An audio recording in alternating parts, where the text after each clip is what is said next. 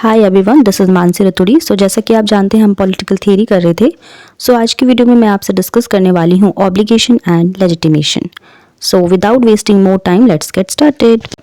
देखिए, सबसे पहले हम समझेंगे लेजिटिमेशन होता क्या है। लेजिटिमेशन का मतलब होता है कोई भी काम रूल्स के अंडर करना, ओके, लॉफुल चीज़ें, राइट। ऑब्लिगेशन का मतलब होता है ड्यूटी, ठीक है। देखिए, लेजिटिमेशन लेगलाइजेशन को कहते हैं। इसका मतलब होता है जो भी लीगल है, यानी कि जो भी कानून के दायरे में है वो सब लेजिटिमेट है, ठीक है।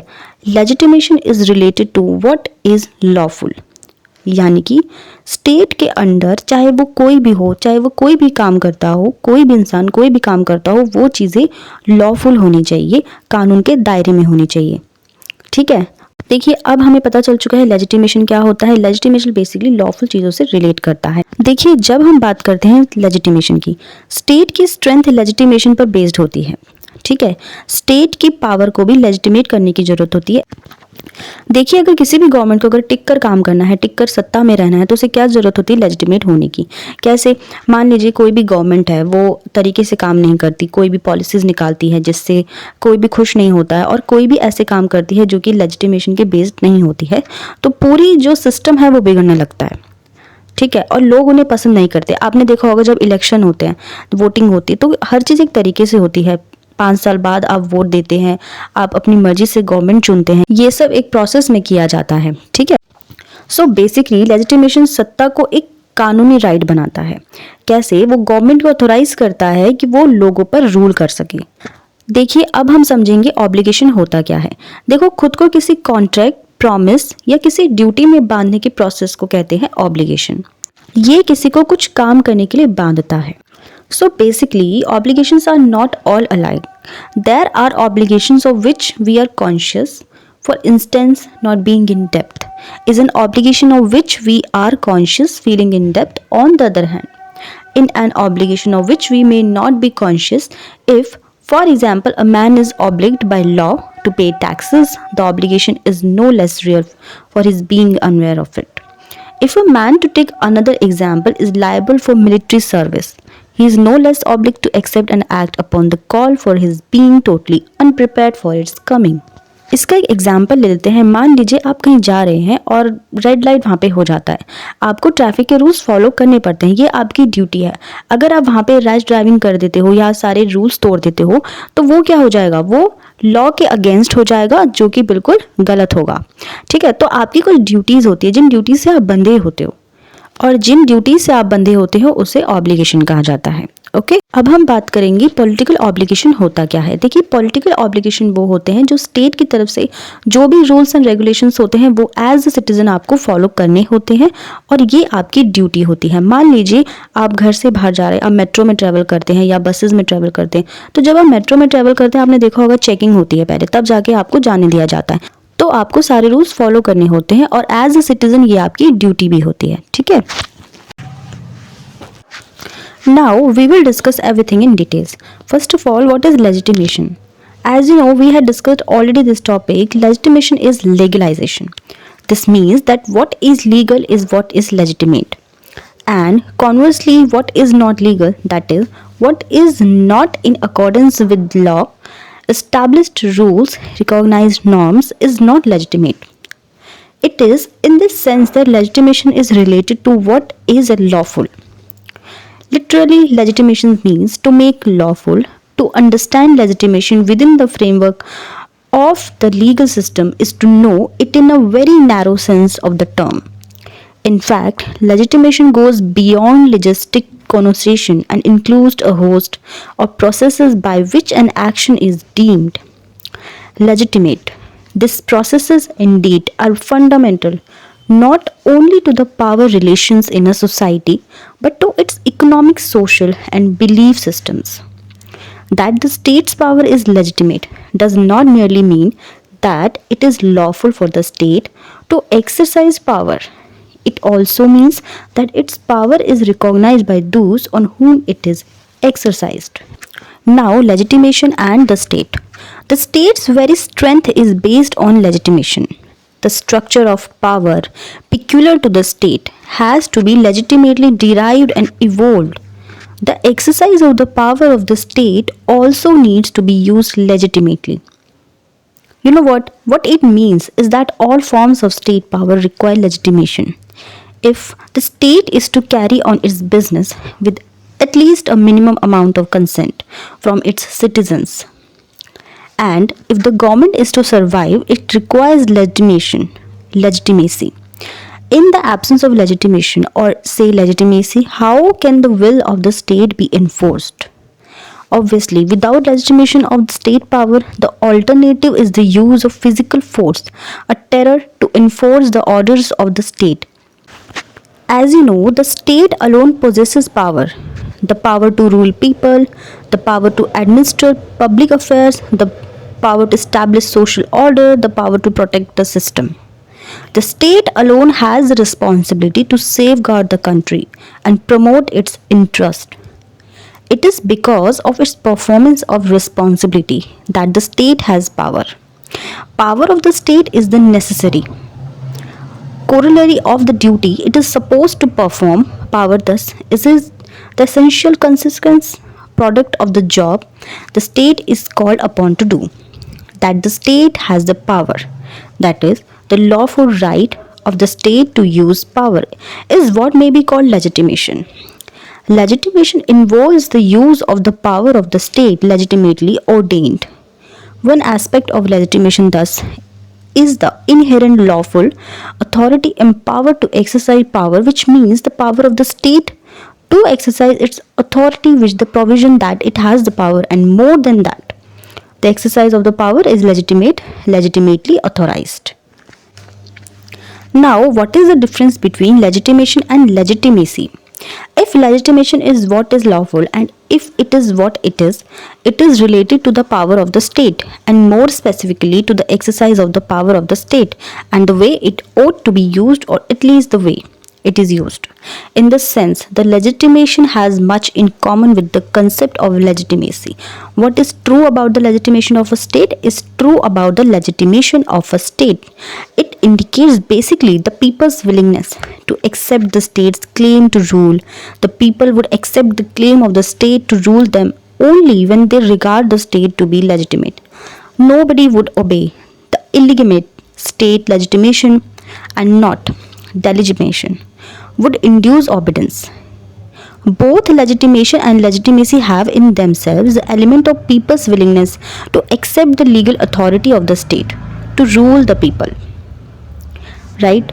A government or state may be said to have legitimacy only when most people accept its title to rule, and not a small number of people.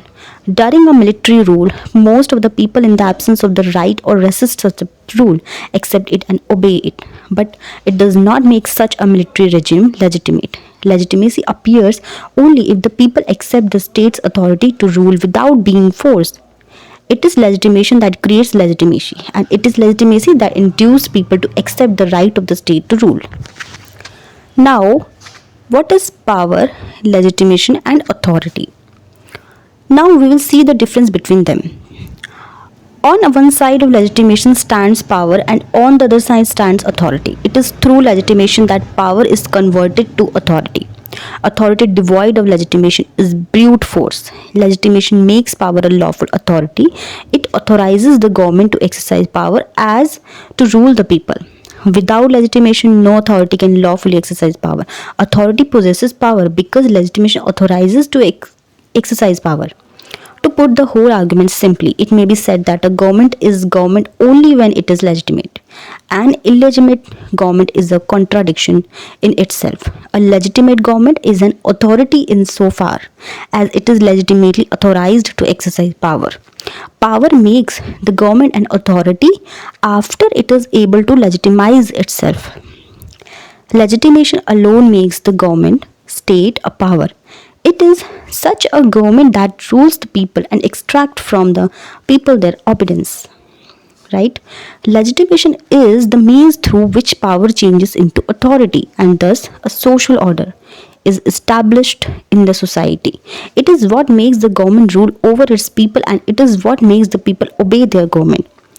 Legitimation is the meeting point between the state and the people, between the rulers and the rule. Mark the points. Okay, without legitimation, no effective social order can be created.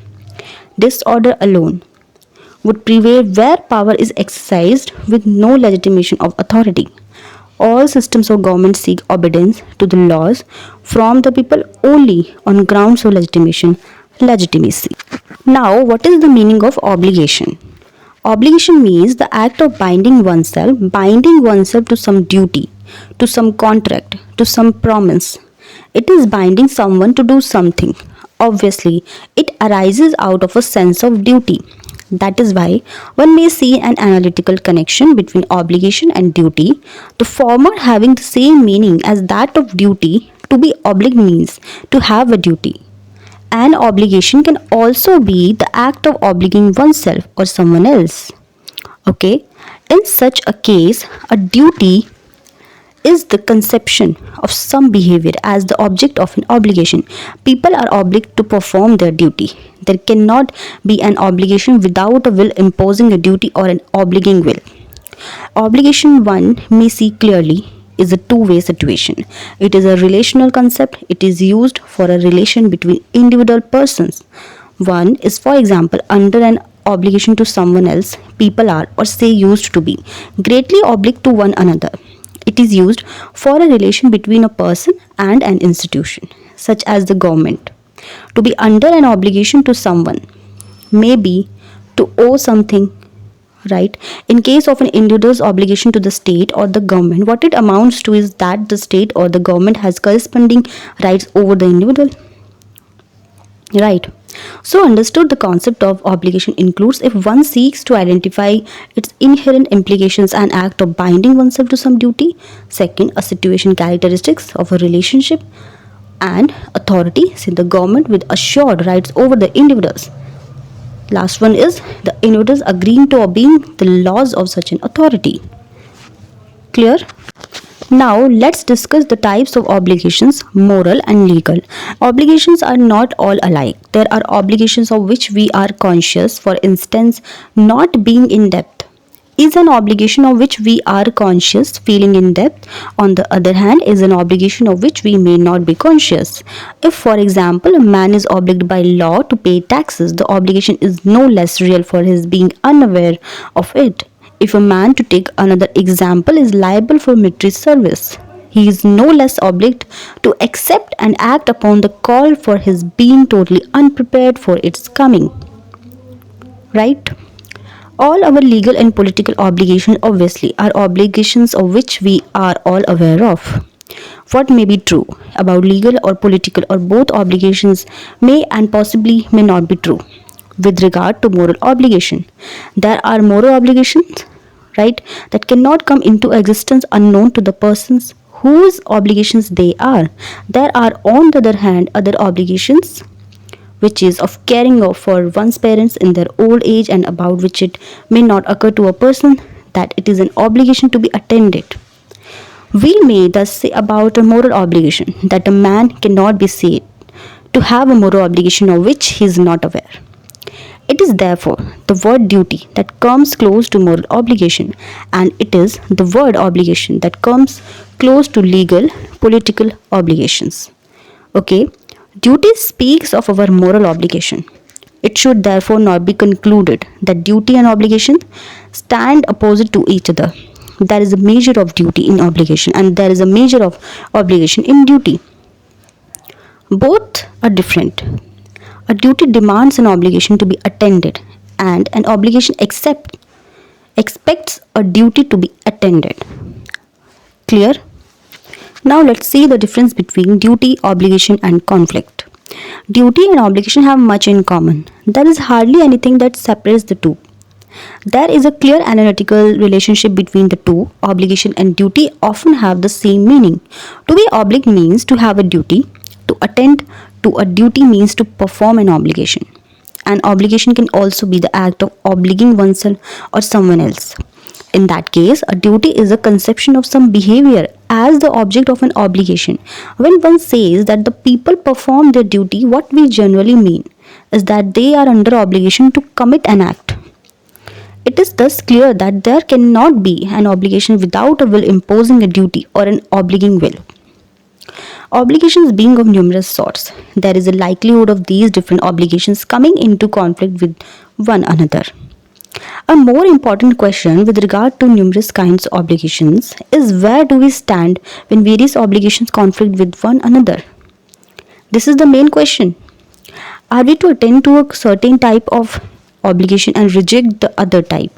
To be fair to these numerous type of obligations or duties, one has to attend to them. And it is very rare that one likes to ignore one at the cost of the other. Political obligations may be more demanding at one point of time than the other. It may seek immediate redressal for fear or punishment or otherwise than compared to the other type of obligation. One should note that an obligation is an obligation, that it is a political or moral is a secondary thing. Attending to obligation is an act of performance. Whether we attend it today or the next day is something that depends on intensity. If we are obliged, we are obliged. Accordingly, duty is a duty. If we perform our duty, we are doing our duty. Obligation is the acceptance of an act. Its compliance is an act of our willingness. Okay? Now, concept of political obligation. Political obligation constitutes an exterior sphere of norms and rules. It is what is found in laws and bylaws. It is what relates to a body of duties which citizens can be legally compelled to perform by the threat of punishment or other legal consequences. Political obligation assumes a set of legal duties to be performed by the citizen. Then non-compliance is usually followed by punishment or prescribed by the prevailing rules. This should, however, not mean that. Okay? Political obligation is the same as legal obligation. Political obligation goes beyond the sphere of legal obligation. Okay, political obligation does demand compliance to the laws of the state, but it too admits means to challenge the system in order to safeguard the obligation ends. Political obligation is a kind of obligation which seeks to establish a political system free from all types of injustices and laden with the promotion of common interests. The domain of political justice is neither the sphere of law entirely nor that of ethics completely. It is a sphere situated between ethics and law. It is what is related to its grounds, why to obey, and its content as to what it contains so that it is obeyed. Now let's see an overview why obey the government. The obedience to a government is not merely a legal phenomena, it is also a political one. People obey a law more because of the fact that they feel it is good to obey it, as also because they are convinced that the government issuing the laws is a legitimate one. In fact, no one would like to obey a government which one feels is not a legitimate one. The obedience to the government is more of a political phenomenon than a legal one. If one stands up to just disobey the government, it is because one does not want to obey the government. Generally, people obey the laws. They do so because they accept the government that rules them. They do so because they accept the system wherein the government operates. And if they like to disobey the government, they do so because they hesitate to accept both the government and the system as a whole. Legitimacy of states and government depend on how the people look at them and also at the social world around. And what they consider to be morally right, what they consider morally proper, is the product of numerous factors which influence people. The total effect of all the influences make up what may be called the legitimation process. Legitimacy once evolved or grown is not a matter of all future. It is a process which goes on and on. Okay. Now, legitimation and obligation, basis of consent. There is a close semblance between the contract and consent theories as the basis of issues relating to legitimation and obligation. The contract theory, through legal or quasi-legal, indicates to some extent the consent phenomena as the consent theory indicates to some degree the quasi-legal base of administration. In the contract theorist argument, the element of people's consent as the equal basis of administration cannot be dismissed. So guys, Locke says man being by nature all free, equal and independent. As you know, he was liberalist. No one can be put out of the state and subjected to the political power of another without his own consent. A person, one may clearly infer, is not obliged to obey unless he has voluntarily agreed to do so. Locke seems to imply that only does the founding of a government require consent, but that every governmental act affecting a person's life and rights require consent. He writes the supreme power cannot take from any man any part of his property without his own consent. Locke's argument is that nothing should be demanded of an individual that does not accord with his uncoerced and conscious will. Now, legitimation and obligation crisis. See, no system is free from crisis. The crises occur because of one factor or the other.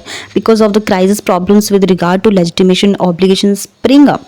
Legitimation of the government is to put question and obligation to obey the government comes to be overburdened.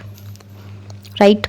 Crises, whether they relate to challenging the legitimacy of the government or people's obligation to obedience to its law, arise not because of accidental changes in the environment, but because of, as George Habermas says, structurally inherent system improvements that are incompatible and cannot be hierarchically integrated. Referring to the crisis in the advanced capitalist society, Habermas holds the view that these society experience four levels of crisis: economic crisis, rationality crisis, legitimation crisis, and fourth one is motivational crisis. He says, I maintain that advanced capitalist society are in danger from at least one of the possible crisis tendencies. It is a conscious of the fundamental contradiction of the capitalist system that other factors being equal, either the economic system does not produce the requisite quantity of rational decisions, or the legitimation system does not provide the requisite quantity of generalist motivations. Now we will see the overloaded government theory analyzed. The overloaded government theories characterize power relations in terms of fragmentation. According to them, power is shared and bartered by numerous groups representing derives and competing interests. In a pluralist society, the political outcomes thus are determined by democratic processes and pressures. The state attempting to mediate adjudicate between demands. The economic following the post-war period, while generating mass affluence and generally prosperity owing to booms in consumer goods, new housing, spread of television and entertainment industries, raised expectations in all fields and for all the sections of society. The politicians and political parties, in order to secure maximum votes, promise more than they can ever deliver. Some promising to deliver contradictory and therefore impossible sets of demand. There is a continuous and constant competition among the political parties, leading ultimately to a spiral of ever greater promises.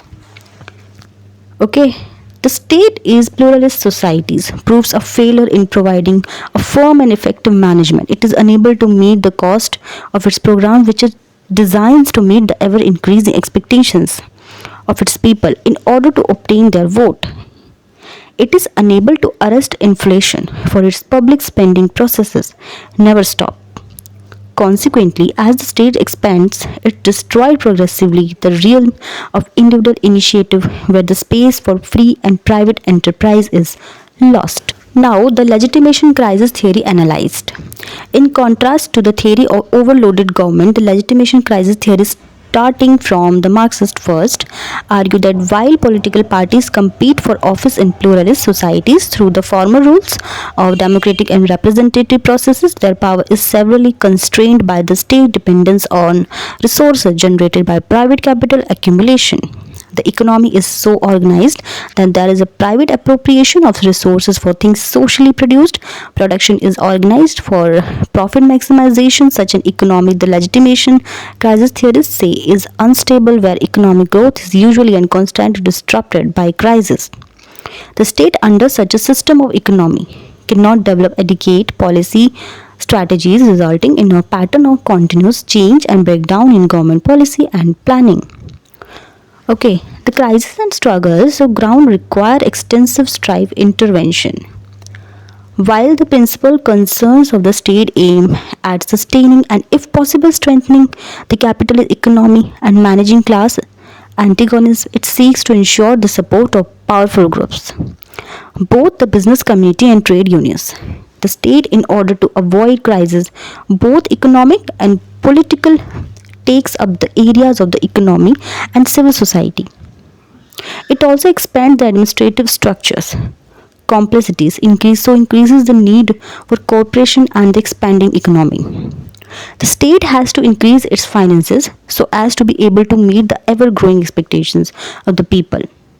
Finance comes up through taxation or through loans from the capital markets, which in turn interferes in economic growth. The permanent inflation process never ends. Crisis in public finance never ends. The system is always under stress and strain. Legitimation causes to be doubted and obligation is always at stake.